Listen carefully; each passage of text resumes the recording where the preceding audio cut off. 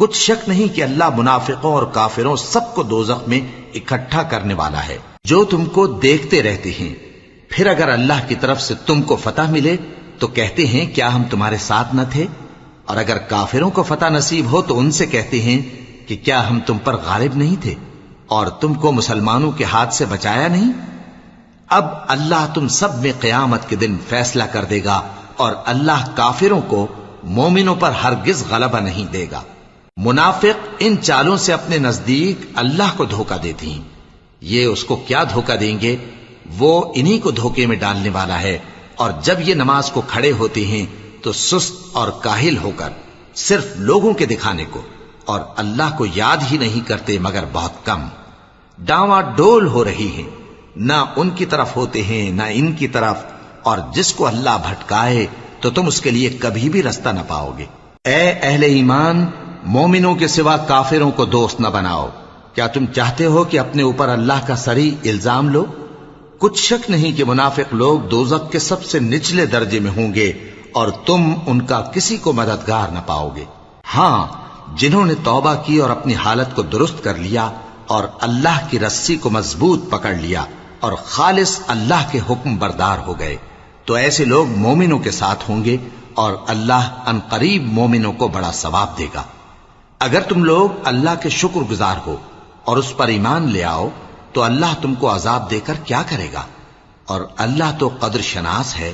دانا ہے۔ اللہ اس بات کو پسند نہیں فرماتا کہ کوئی کسی کو علانیہ برا کہے مگر وہ جو مظلوم ہو، اور اللہ سب کچھ سنتا ہے، جانتا ہے۔ اگر تم لوگ بھلائی کھلم کھلا کرو گے یا چھپا کر یا برائی سے درگزر کرو گے تو اللہ بھی معاف کرنے والا ہے، صاحب قدرت ہے۔ جو لوگ اللہ سے اور اس کے پیغمبروں سے کفر کرتے ہیں اور اللہ اور اس کے پیغمبروں میں فرق کرنا چاہتے ہیں اور کہتے ہیں کہ ہم بعض کو مانتے ہیں اور بعض کو نہیں مانتے، اور ایمان اور کفر کے بیچ میں ایک راہ نکالنی چاہتے ہیں،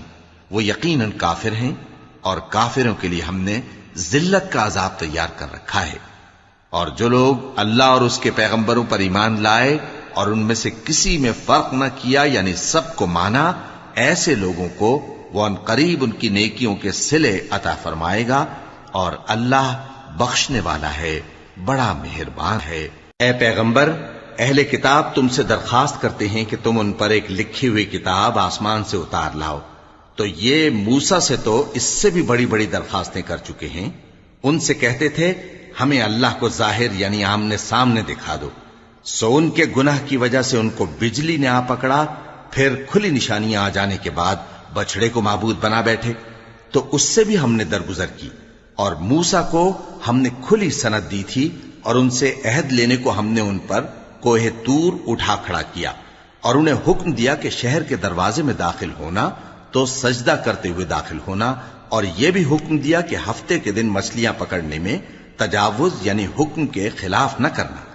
غرض ہم نے ان سے مضبوط عہد لیا، لیکن انہوں نے عہد کو توڑ ڈالا، تو ان کے عہد توڑ دینے اور اللہ کی آیتوں سے کفر کرنے اور انبیاء کو ناحق مار ڈالنے اور یہ کہنے کے سبب کہ ہمارے دلوں پر پردے پڑے ہوئے ہیں، اللہ نے ان کو مردود کر دیا، اور ان کے دلوں پر پردے نہیں ہیں بلکہ ان کے کفر کے سبب اللہ نے ان پر مہر کر دی ہے، تو یہ کم ہی ایمان لاتے ہیں۔ اور ان کے کفر کے سبب اور مریم پر ایک بہتان عظیم باندھنے کے سبب اور یہ کہنے کے سبب کہ ہم نے مریم کے بیٹے عیسیٰ مسیح کو جو اللہ کے پیغمبر کہلاتے تھے قتل کر دیا ہے، اللہ نے ان کو ملعون کر دیا، حالانکہ انہوں نے عیسیٰ کو قتل نہیں کیا اور نہ انہیں